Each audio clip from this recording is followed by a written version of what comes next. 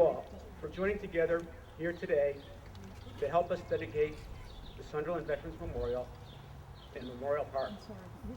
I'm Will Sillen, member of the Sunderland Veterans Memorial Committee, and I will try to serve as the committee's spokesperson today. Deacon Ted Tudrin of Sunderland, would you please open the dedication ceremony by delivering the invocation?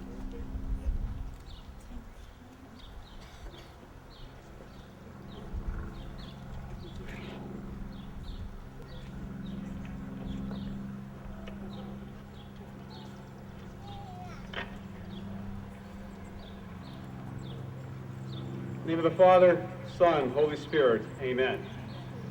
O good and gracious God, creator of all life, we are gathered here today, July 4th, 2007, to dedicate the Sunderland Veterans Memorial. Bless this day and all who are gathered here. We thank you for the gift of life, the gift of love, the gift of time that has made this moment possible. We humbly ask you to bless all Sunderland residents who served in the military.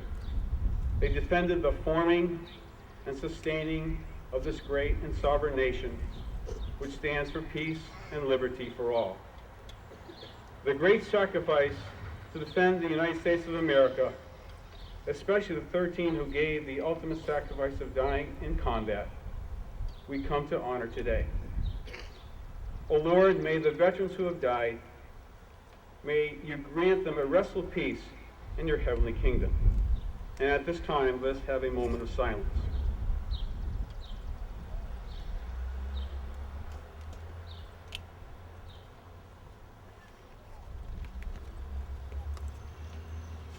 Thank you. We kindly ask you, O Lord, to bless their families and friends who supported them with prayers and words of encouragement. O Lord, with your divine intervention, watch over those who are currently protecting our homeland. Give them strength and perseverance to justly serve and protect, so that we may continue to sleep in safety and continue to begin each day without fear.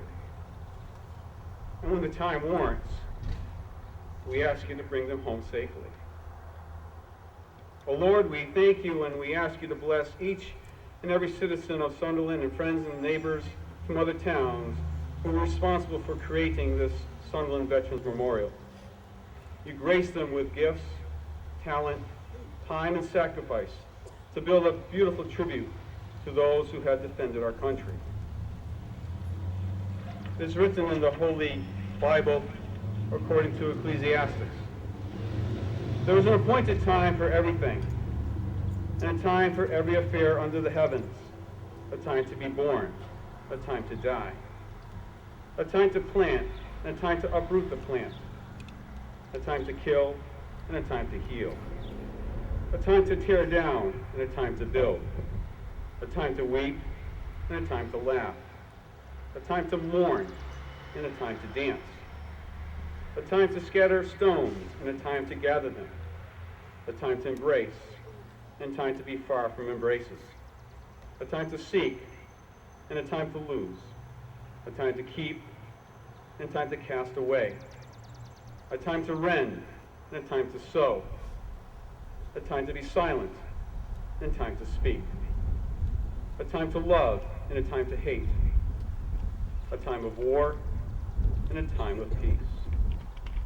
What advantage has the worker from his toil?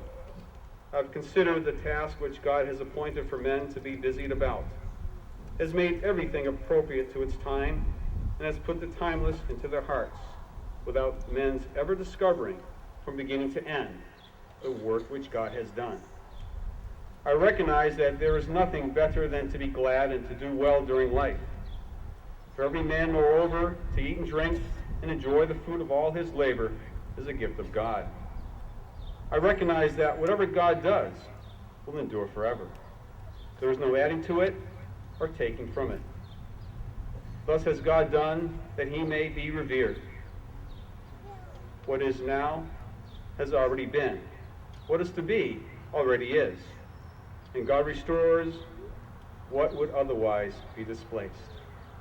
Let us rejoice in today. May God bless America. In the name of the Father, Son, Holy Spirit. Amen. Thank you, Deacon Tutri. Before proceeding, I'd like to go over with you how the ceremony ends. The final element of our dedication will be a contingent of A-10 Warthogs from Barnes Air National Guard Base performing a flyover. There will be no one returning to the podium to speak after the flyover. As the roar of the jets fade, our ceremony ends and the park opens. Now, at a town meeting held January 13, 1778 in Sunderland, this article was read and discussed and recorded in the minutes as follows. Voted upon hearing the Articles of Confederation, together with the advice of the General Assembly, that we give our representative instructions in that affair, taking into consideration the expediency of a confederation and union between the free states of America. Think the necessity of such union was never greater or more evident than at this day. Doth not our salvation depend upon it? All the world without this cannot save. We think it is a matter of great importance that our country should be saved, and that the Union is the means of safety and compact, the bond of the Union. We therefore instruct you, sir, that you use your influence that the legislature of this state authorize their delegates to ratify in Congress of the United States the said 13 articles. Our nation endured the throes of its own creation and many more crises that followed, growing stronger and flourishing with each test. However, without the men and women of small towns like Sunderland and their willingness to serve, the whole world could not save us. So we have a few thank yous to say. It is tempting to spend time thanking all those who have donated their time, capital, labor, and expertise to create this memorial. But this event is about our veterans and their service. I would like at least to direct your attention to the lists in our program of people who have helped create this memorial. One of our committee's remaining assignments is to create a book that more adequately and comprehensively recognizes our donors. For now, our committee knows who you are, and we know that without you, we would be dedicating a site and not a memorial today. There are two people the committee would like to remember specifically. We lost Vietnam veteran and committee member Richard Warner in November of 2005. He wanted so much to be here to see this memorial. His last gift to us was the example of his courage, spirit, and patience as he battled the cancer that would ultimately take him from us. We miss him, especially today. We also miss committee member Walter Starozic. Walter, along with Paul Corpita, was the catalyst for the creation of our memorial. Walter challenged our select board to create an appropriate and lasting public memorial to our veterans. Without Walter's initiative, it's easy to imagine that this park might not exist today. Please join our committee in a moment of silence as we think of Walter and Richard and the families they've left behind.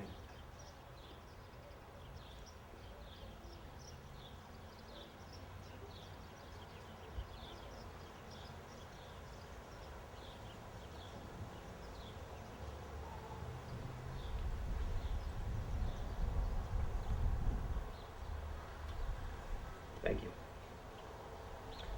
Our memorial and park is a formal and lasting thank you to our veterans. It is also a work of art and is composed of elements that both convey and evoke feelings, thoughts, and information. I'd like to share with you some of the thoughts behind the design. Our designers are Elizabeth Thompson and Dean Cardasis, Cave Hill Landscape Architects, whose design was selected by the town from an initial field of 16 proposals. The memorial is an homage to our veterans, and the park is an homage to their service as well as to the town. Underneath our loam and Lake Hitchcock deposits is Sugarloaf Arcos, and lots of it. It is the capstone that forms Mount Sugarloaf. It is, in a very real way, the foundation of our town. The designers chose to use it extensively for that reason, and because it blends with and echoes the building materials for the library and the town office building without duplicating them. The plantings include the Princeton elm, referring to the grand elm that stands between the library and the town office building. The maturing elms will eventually create a vaulted space with a central opening to the sky above the grass circle. The rhododendrons will be in full white bloom at the time of Memorial Day. For the most part, though, the designers think of the park as more of a sculpture than a painting. It is about form, space, and how light describes them, and less about splashes of color. The western access to the park aligns with the bay window of our library. From inside the library, this secondary entrance appears as a natural extension of the library's interior. The main School Street entrance is a keystone-like wedge that leads one's eyes and feet naturally into the space. Boldly standing at the entrance is the Sentinel Stone, a landmark that stands out immediately as one turns onto School Street.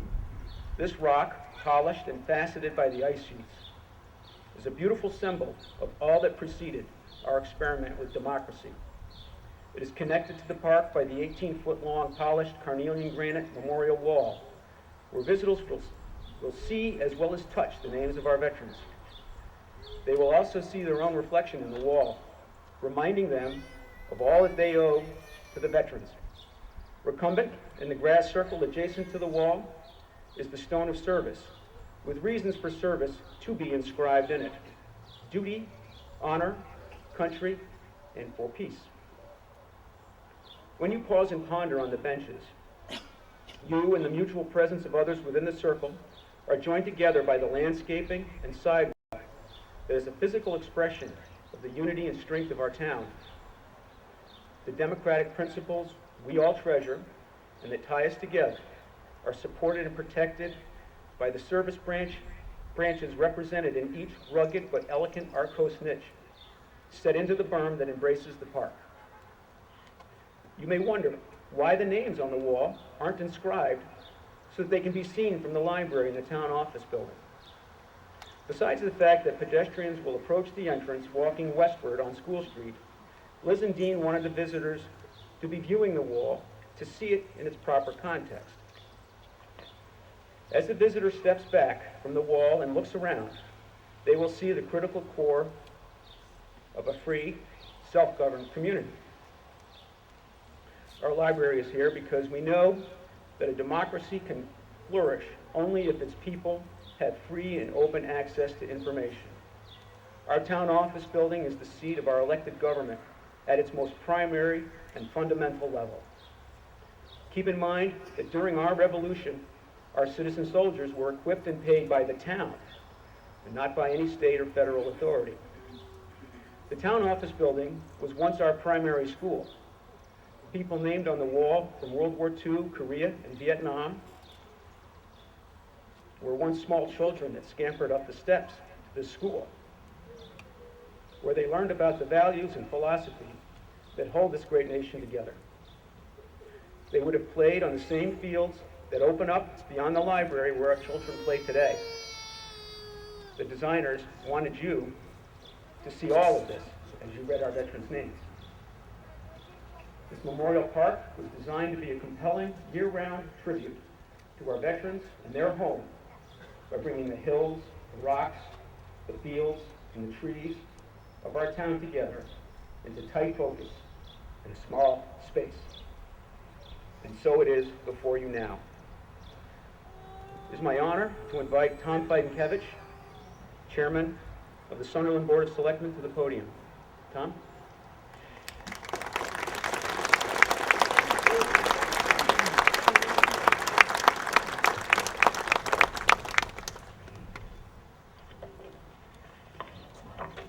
Good morning, everyone. Thank you very much, Will. Veterans, family of veterans, Colonel Mount, members of the military, distinguished guests, ladies and gentlemen. I'm going to stop for a second and say thank you to all of you for showing up today. Today we are dedicating our town's Veterans Memorial Park to members of our community who have served when their country called, to the brave men and women who have risked or have given their lives so that we can enjoy the freedoms that we have today as citizens of this great nation. It is our hope that this little place in the center of Sunderland will offer to those who have served or who are waiting for a loved one to return a place of solace and reflection when needed, and also to offer to the residents of Sunderland a place to visit and remember our veterans and their families.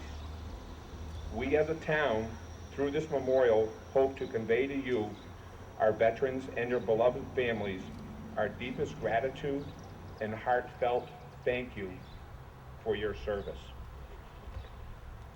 It is now a great pleasure of mine to introduce our next speaker.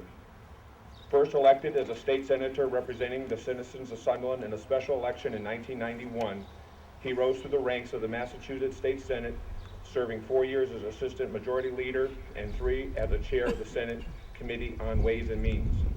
Happened to be the first Western Mass representative legislator to do so.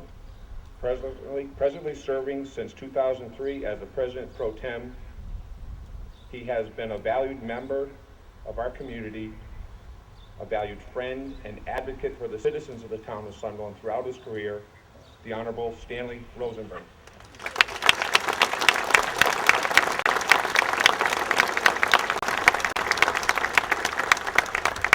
Well, good morning, everyone. This is truly an historic day, and I am honored to be asked to participate. And I want to do 3 or 4 things in the time I have at this microphone. The first is that I want to bring greetings, congratulations, and best wishes from 2 other legislators who wish they could be with us today. I spoke with Congressman John Olver this morning as he was driving up to Pittsfield to participate in ceremonies there. And he asked me to extend his congratulations and his wish for a very successful ceremony, and he wished that he could join us here, but is unable to because of those duties. And also, Representative Steve Kulik and I spent time on the phone last night trying to figure out how we could both be at the Hilltown Parade in Chesterfield and at the Sunderland dedication for this new memorial. And we came to the conclusion that it was not going to be possible. So he had hoped to be here to join with me in wishing you all well, but he is in Chesterfield, celebrating their 60th anniversary of that parade, and so he's representing the delegation there, and I represent the delegation here. I would now like to share a poem with you, which I think captures so many of the elements of what this day is about, both the ceremony celebrating the accomplishment of creating this extraordinary memorial, which Bill correctly says is both a piece of public art and a memorial to those who have served. And the poem is written by Langston Hughes, who's a very well-known American poet. He may or may not be known to many of you, but maybe after hearing this poem, you might be inspired to look him up if you haven't ever heard him before. The title of the poem is Freedom's Plow. When a man starts out with nothing, when a man starts out with his hands empty but clean, when a man starts to build a world, he starts first with himself and the faith that is in his heart, the strength there, the will there to build. First in the heart is the dream, then the mind starts seeking a way. His eyes look out on the world, on the great wooded world, on the rich soil of the world, on the rivers of the world. The eyes see their materials for building, see the difficulties too and the obstacles. The mind seeks a way to overcome these obstacles. The hand seeks tools to cut the wood, to till the soil and harness the power of the waters. Then the hand seeks other hands to help, a community of hands to help. Thus the dream becomes not one man's dream alone, but a community dream, not my dream alone, but our dream, not my world alone, but your world and my world, belonging to all the hands who build. A long time ago, but not too long ago, ships came from across the sea, bringing the pilgrims and prayer makers, adventurers and booty seekers, free men and indentured servants, slave men and slave masters, all new to a new world, America. With billowing sails, the galleons came, bringing men and dreams, women and dreams.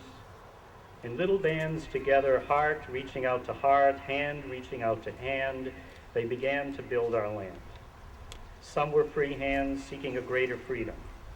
Some were indentured hands hoping to find their freedom. Some were slave hands guarding in their hearts the seed of freedom. But the word there always was, freedom. So today we celebrate the 4th of July. Today we celebrate the dedication of this monument and this memorial.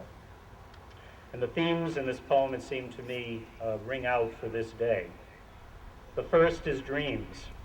The dreams of those who come to this country to seek a better life, to build a free society. The dreams of the people in this community who seek to live together and develop a quality of life that makes room for everyone, that recognizes and honors the diversity of our people and the diversity of our communities, and makes a place at the table for them. A dream of people to build this memorial to honor those people who have served this country. This poem also speaks of community, and it talks about the community and all the hands that it takes to build the community. All the people for hundreds of years, starting with those who issued the Declaration of Independence, who sought to build a free community, sought to build the United States of America. And through their work and through their success and through the work we do every day as residents of our local communities, we carry on that tradition and we seek the ideal, building that community where democracy flourishes, where people can grow and thrive, where each generation can see a better world than the generation that came before. And the poem speaks of freedom, the freedom that we celebrate today. We freed ourselves from a tyrannical power across the ocean. We freed ourselves through the Civil War from a scourge that we still struggle to completely overcome. We seek a freedom that ensures that we can maintain our quality of life, and we seek men and women, generation after generation after generation, who serve honorably in our armed services in order to protect that freedom. And this monument is a monument to them. It is a monument to those who rose, who put on the uniform, who responded to the call of duty. When you look at the monument, most of the names, fortunately, are not in gold, but there are a handful of names that are in gold. There's enough room on the monument to add additional names as time goes on of those honorable citizens of this community who don the uniform and serve our country in the armed services. There's room for their names to be added. Let us hope and pray that none of the names will be added in gold.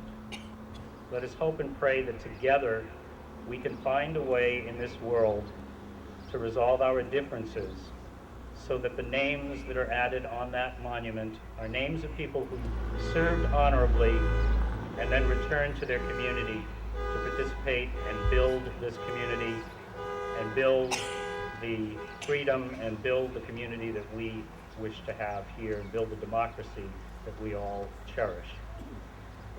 On behalf of Congressman Olver, Representative Kulik, and myself, I want to congratulate all the hands that helped to build. All the people who contributed money, all the people who contributed time, the people like Paul and Walter and Bill and others on the list who contributed their time to serve on the committee, the leadership of a number of boards of selectmen, the town meeting members showing up and voting to appropriate money, the town leaders who guided this process in the final years as it was actually being constructed. Congratulations to all who took part in this. This is an historic day. I hope you feel a great sense of pride in what has been created here and your role in making it possible. Thank you. Thank you, Senator Rosenberg.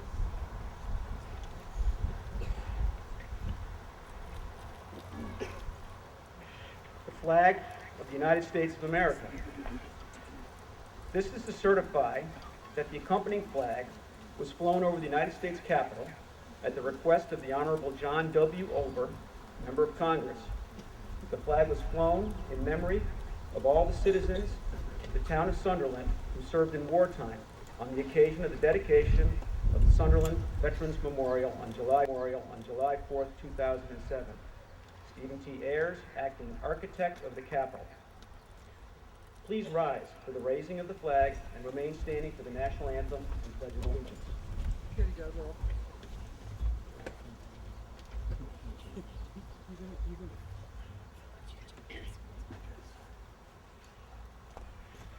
Starts to go up.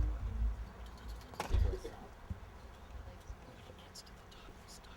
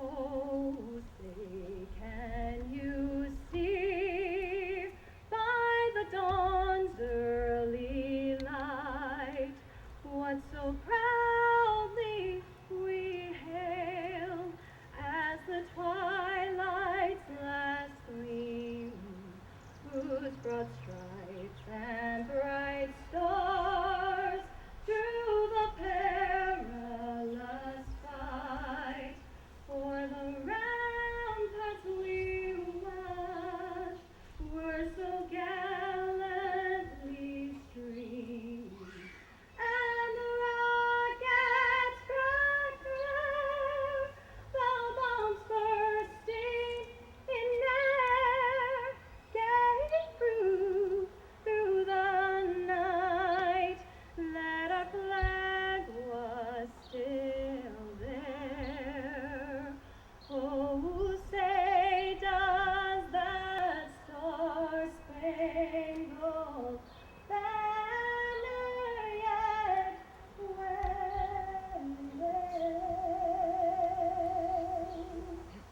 for the land of the free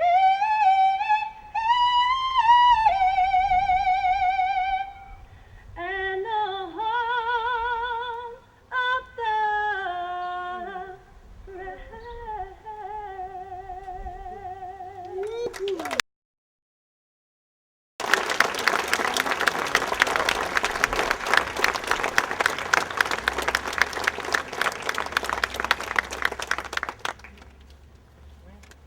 If you would all please join me in the Pledge of Allegiance.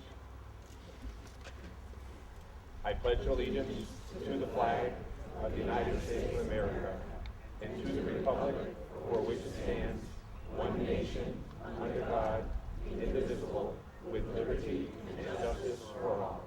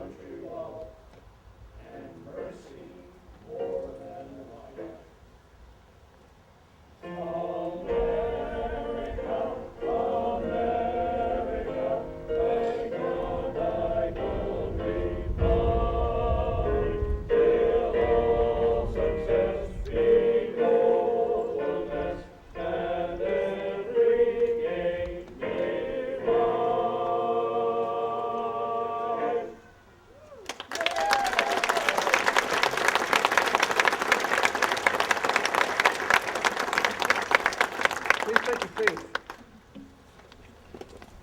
It is my distinct honor and privilege to introduce our guest speaker, Colonel Michael R. Mounts. Colonel Mounts is the base commander of Westover Air Reserve Base in Chicopee, Massachusetts. In Air Force jargon, Colonel Mounts is a Mustang, which means he first served as an enlisted man before becoming an officer. Colonel Mounts joined the Air Force in 1975 and attained the enlisted rank of Master Sergeant before being commissioned as a second lieutenant on May 16, 1986. Colonel Mounts holds a Bachelor of Science degree in Management from Park College in Parkville, Missouri, a Master of Public Administration from Troy State University in Troy, Alabama, and is a graduate of the United States Air Force Air Command and Staff College and Air War College, both of which are located at Maxwell Air Force Base in Montgomery, Alabama. Colonel Mounts has served in a wide variety of logistics, transportation, air terminal, and command assignments. He has been a Chief of Transportation, a Chief of Air Terminal Operations, a Group Executive Officer, a Wing Executive Officer, a Deputy Support Group Commander, and the Mission Support Group Commander, or Base Commander, at Niagara Falls Air Reserve Station in New York. In 2004, Colonel Mounts was the Air Reserve Component Advisor at Al Udeid Air Base in Qatar.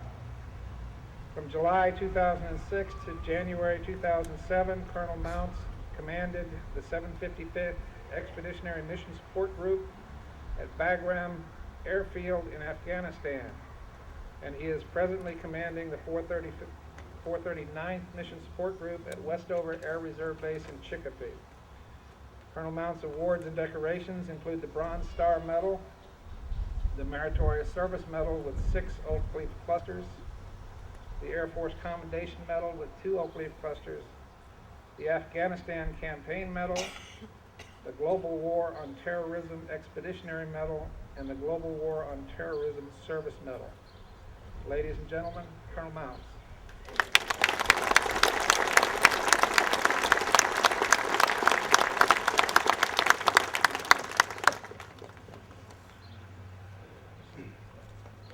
Good morning, ladies and gentlemen. It's an honor and a privilege for me to be here. Thank you, Danny, for that wonderful introduction, and thank you all for coming to join us in the dedication of the Sunderland Veterans Memorial and Park. As many of you know, today is the culmination of more than 10 years of effort done essentially on a volunteer basis to tangibly recognize the service and sacrifice of about 600 men and women who served during conflicts from the birth of our nation to present day. The service of these patriots and heroes is recognized by inscribing their names on the memorial wall. 13 of those names are engraved with gold lettering, a distinction earned with their ultimate sacrifice, their last full measure of devotion. Men like Jonathan Bridgman, who died fighting during the French and Indian War. William Farrell, who was killed during the darkest period of American history, the Civil War. And Edwin Cooley, who enlisted and later became an officer during the First World War. He was killed in an engagement on August 27, 1918 at Bessèges, France, where his unit suffered 90% casualties. Another man from Sunderland, Antonio Tomasco, who immigrated to America from Poland in 1909, lost his life during the war to end all wars. Lawrence Bixby, who served in the war against fascism, was ironically commissioned on July 4, 1942, and died heroically August 8, 1945, earning the Purple Heart and Bronze Star medals. The last Sunderland warrior to die in battle was Richard Ritchie Graves.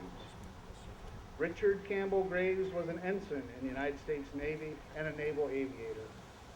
From an early age, Richard pursued an interest in aviation, which culminated in his being commissioned in the Navy on December 26, 1964. As a member of Naval Squadron Victor Alpha 215, Richard was assigned to the aircraft carrier Bon Homme Richard. On May 25, 1967, while on a combat mission over Vietnam, Richard lost his life in the service of his country. While Richard's death was premature by any standard, he had fulfilled a strong personal desire to become a pilot. Richard was well aware of the dangers of serving in wartime, but that in no way deterred his steadfastness and determination to make a difference. Losing a loved one is terrible, but his family has endured a double burden since Richard has not yet come home. While I really don't personally know her, I think it's quite fitting that Richard's mother, Mrs. Shirley Graves, is here to participate in today's dedication. Mrs. Graves is a member of the Veterans Memorial Committee, and she had a great deal to do with bringing this memorial from the idea to reality. Thank you, Mrs. Graves, and the rest of your committee team for making today possible.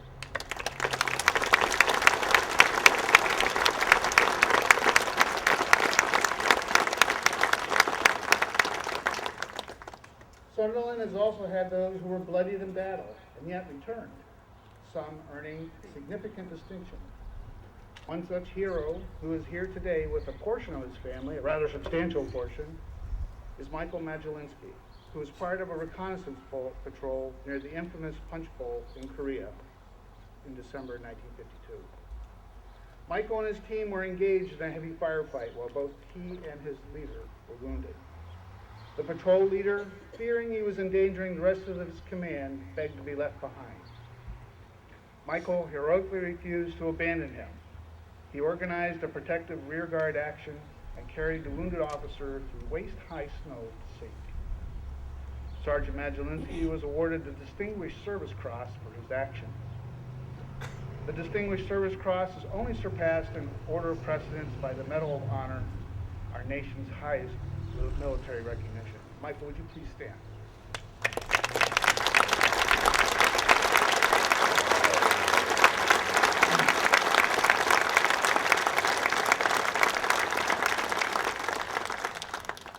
Along with those 13 names in Boston gold on a memorial wall, you will find 13 names of women who have also served our nation under arms during the time of war. One name in particular, Julia Graves, served in two struggles, World War II and the Korean War. She served as a nurse and was promoted to captain before leaving the Army. Closer to home for me is my wife and personal hero, Mary. Her name is not on the wall, but she is a Massachusetts native who has served our country for over 30 years as a nurse. Mary enlisted in the Army and later transferred to the Air Force as a captain. She served as a flight nurse until this past April, retiring as a full colonel and earning the Aerial Achievement Medal while participating in the global war on terrorism. Women such as Julia and Mary have been and continue to be vital to the strength of the finest fighting force the world has ever known, and continue to make unrivaled contributions with helping to keep America safe and strong.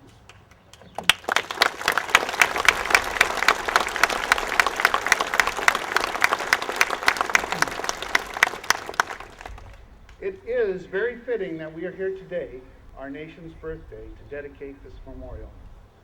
Concurrently with this dedication, we are celebrating something we all too often take for granted. 231 years ago, we were given a precious gift. Today, that gift is ours to have, to enjoy, to preserve, and to prosper. That gift is not tangible. It can't be bought or sold. While it doesn't have an intrinsic value or physical form, it's as real as if it did. That gift is a spirit of independence, of liberty, the knowledge and preservation of the worth of every human being. It is what makes our nation strong and a beacon to the rest of the world, a world that is extremely uncertain and dangerous. It is what we as a nation embody to the world when we act as Americans should. The gift of independence is what our enemies fear and reject. The value we place on life and liberty is at the very core of our daily struggle with them. No price can be made on this gift our forefathers bequeathed when our nation was formed. The men who founded our country began on June 11, 1776, drafting the document that spoke to the spirit of independence, which since then has been noted around the world as uniquely American. The Continental Congress began debating the draft on July 1st and adopted the Declaration on July 4th. So began the story of our country, evolving continuously since, but starting on uniquely high ground. On that day, America's foundation was laid, consisting of a belief in the power of law, not personal preference. In society, a strong sense that governors must be able to govern, a sense that our legislature must oversee our standing military forces and that they shall always remain subordinate to civil authority. In Iraq, in Afghanistan, and in many of the war-torn nations across the globe, how much better life would be if they had had such principles at their beginning.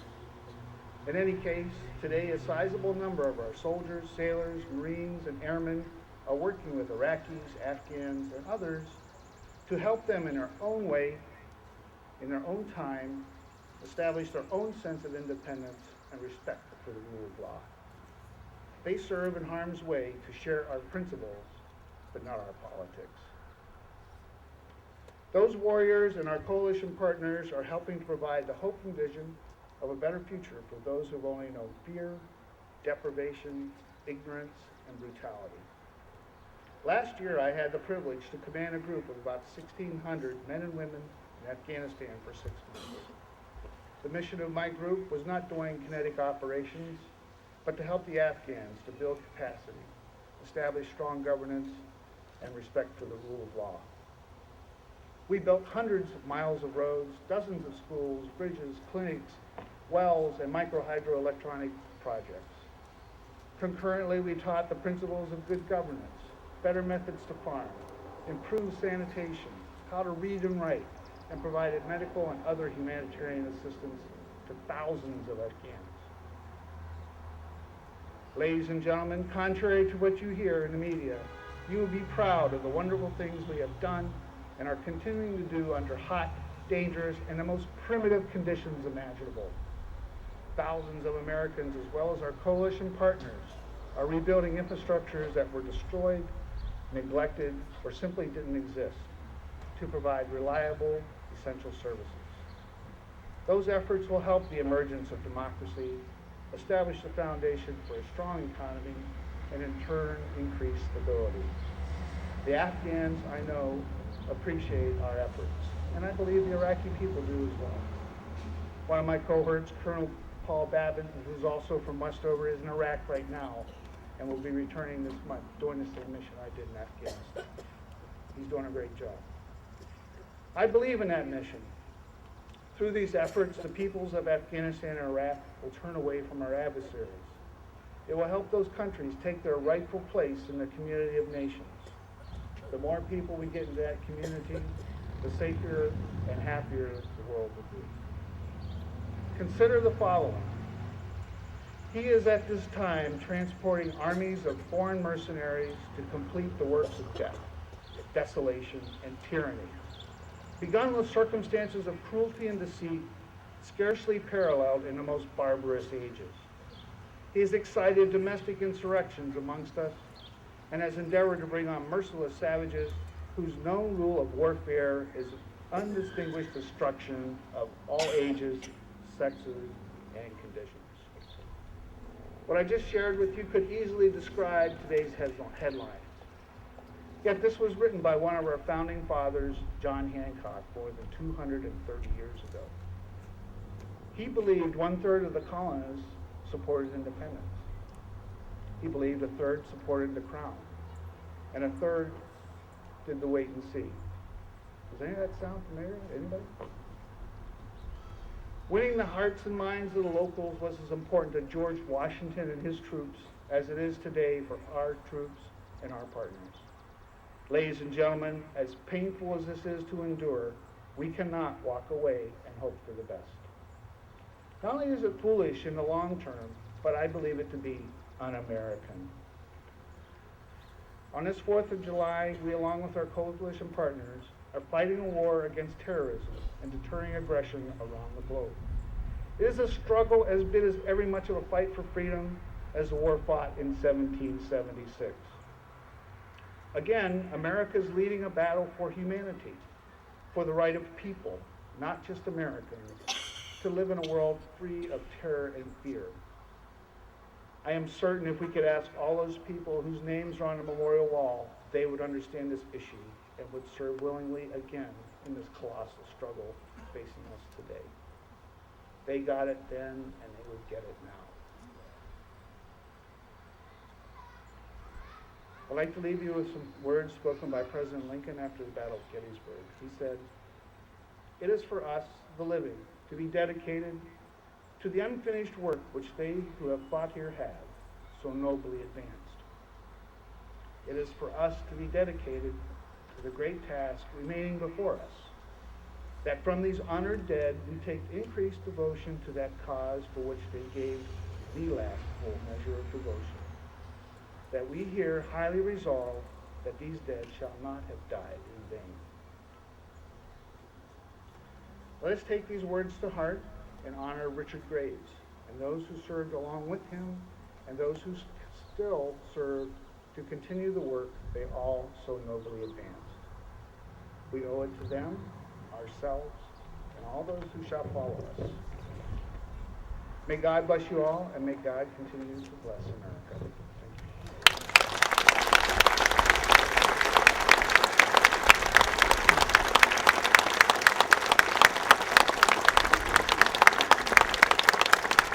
Colonel Mount, on behalf of the Sunderland Veterans Memorial Committee, thank you very much, and please accept this gift to you and your wife as a token of our appreciation and a welcome to our community.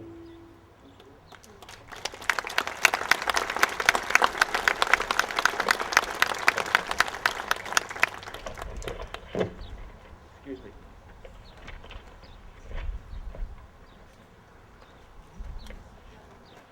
Gold Star mother, Shirley Graves, and her son, Bradford Graves, would you please come forward to lay the wreath and dedicate the memorial wall? And may I please ask that the sidewalk be cleared during the laying of the wreath.